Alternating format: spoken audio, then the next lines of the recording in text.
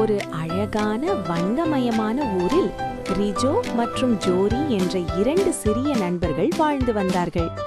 ரிஜோ எப்போதும் புதிய விஷயங்களை தெரிந்து கொள்ள ஆசைப்படும் ஆர்வமுள்ள ஒரு குட்டி பையன்.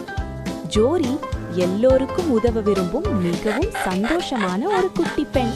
இருவரும் சேர்ந்து பூச்செடிகள், பட்டாம்பூச்சிகள், சிறிய பறவைகள் பாடும் வழியாக நடந்து சென்றார்கள். அப்போது ஒரு சிறிய காட்டின் அருகில் ஒரு சத்தம் கேட்டது. Meow meow. இருவரும் அந்த சத்தத்தை தொடர்ந்து சென்றார்கள். அங்கே ஒரு குட்டி பூனை புதர்களுக்குள் சிக்கி இருந்தது. ரிஜோ மெதுவாக, பயப்படாதே, நாங்க இருக்கோம், நீ பாதுகாப்பா இருக்க.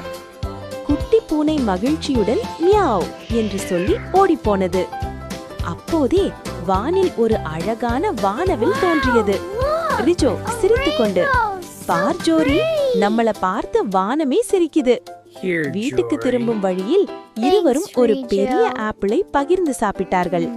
ரிஜோ, ஜோரி, நம்ம எப்போதும் எல்லோருக்கும் உதவணும். ஜோரி தலையாட்டி, ஆமாம், நம்ம எப்போதும் நல்ல நண்பர்களா இருக்கணும். இருவரும் கைகளை பிடித்துக்கொண்டு மகிழ்ச்சியுடன் வீட்டுக்கு திரும்பினார்கள்.